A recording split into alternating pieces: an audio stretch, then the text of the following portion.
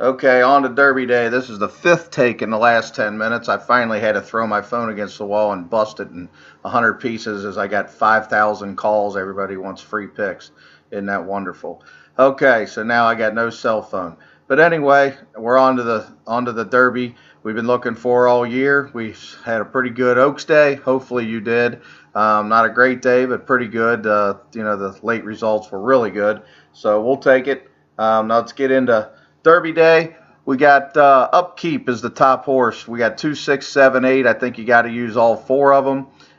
If you don't use the outside stalkers going one turn, I think you're crazy. That's the way the whole day went yesterday, except for one horse that was just superior.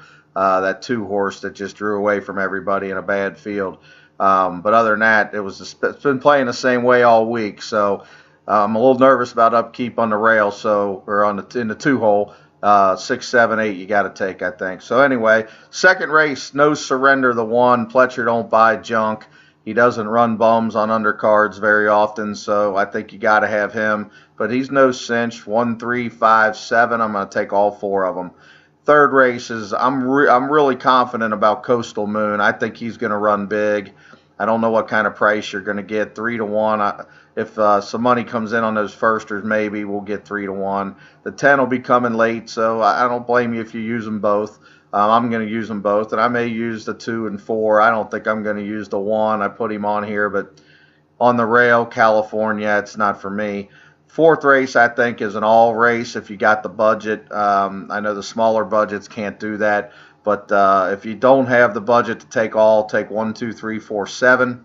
I think you'll be able to get through with that, but I'd still be a little nervous about that.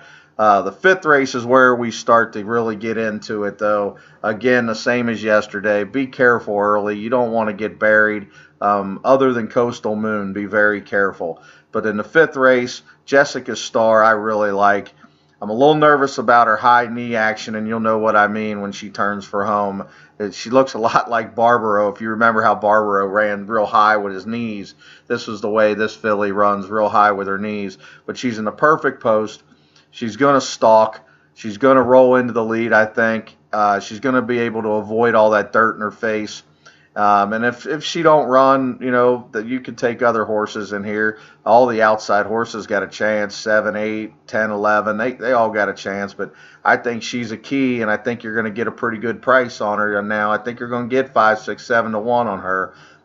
So don't be afraid to bet across the board and take a shot in this race. Supers, tries, exactas, even pick threes with Coastal Moon would all into her. And let's take a shot and see if we're right. Sixth race, too, if you want to roll them. Sixth race, Center Court.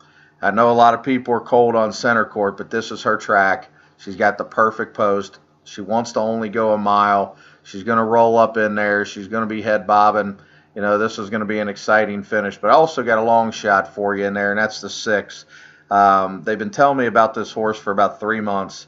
One of the girls on Twitter knows the people, and she's been telling me. So hopefully this filly runs.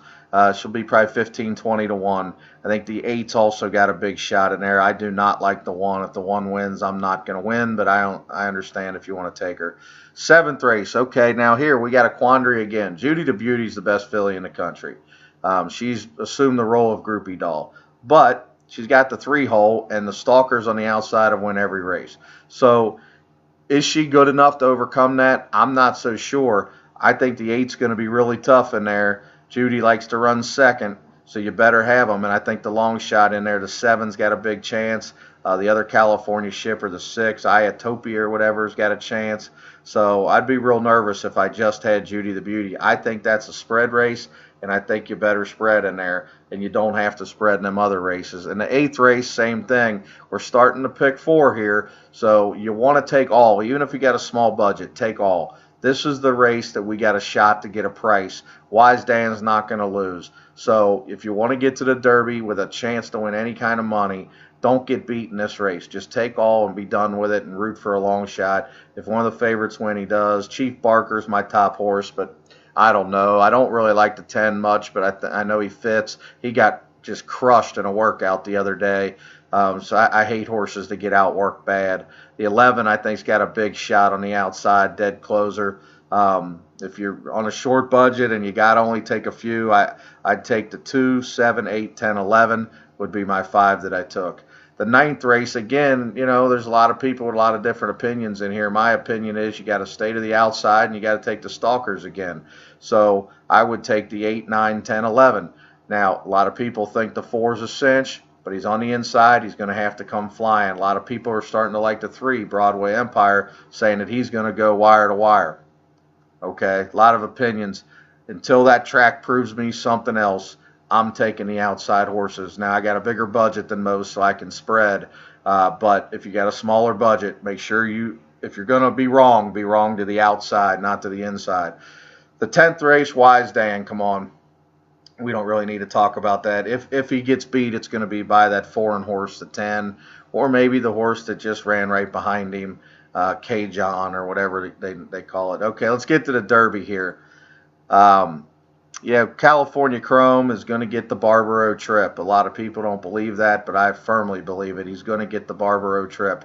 He's going to sit about 4 to 5 lengths off of it. He's going to get a perfect trip. He's not going to get in any trouble. Yeah, he could get left, but any of them could get left. I think he's going to get the perfect trip. Now, when they turn for home, he's going to be in front, but I'm not so sure he's going to get to the wire. I think that the 12, Dance with Fate, is going to come rolling at him. I think the 4, Danza, is going to come rolling at him. Those 2 horses, I really believe, could beat California Chrome. Yeah, technically, California Chrome is my top horse, but I don't care about that stuff. I don't care about going on Twitter and saying, oh, I had the winner. I want to cash the ticket. So I'm going to take all 3 of them horses. I'm also going to add Wicked Strong in there. I'm also going to add Intense Holiday in there and Metal Count in there. I'm going to take all those closers in case California Chrome stops, because I don't think California Chrome can lose to any front runners. He's going to beat all them. The only way he gets beat is if somebody comes over the top, and those are all the horses that could possibly, I believe, come over the top. So I don't like Candy Boy. I don't like Ride on Curlin. If they win, they win. But I'm trying to cash a $100,000 super, and I think by taking those horses on top, with some horses later, the Candy Boys and them 4th, that's the way you bet this bet. Not just saying, hey, I got this or I got that, and that's not the way to bet the Derby. I want to have the 4, the 5, the 12 alive in the pick 3s, the pick 4s for sure. The guys that made those Oaks Derby doubles, it's the same horses. The 14s, the 16s, and the 20s, we also use some too. But the main horses here are California Chrome, Danza, and Dance with Fate.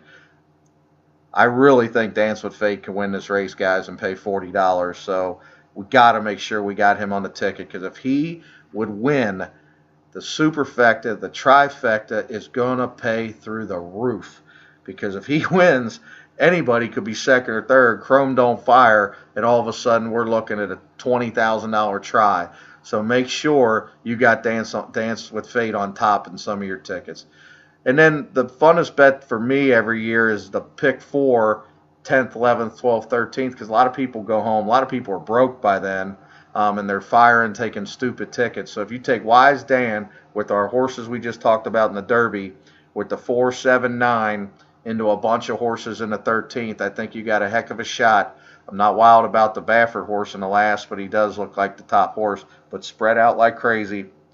Let's try to catch another $3, $4, $5, $6,000 pick 4, even with Wise Dan, because if Wise Dan wins and then Dance with Fate wins, you're going to want to have that pick 4, because it's going to pay good.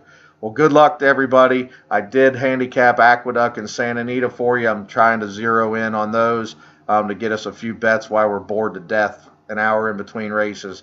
But I'll talk to everybody soon, and good luck, and hopefully we're big winners.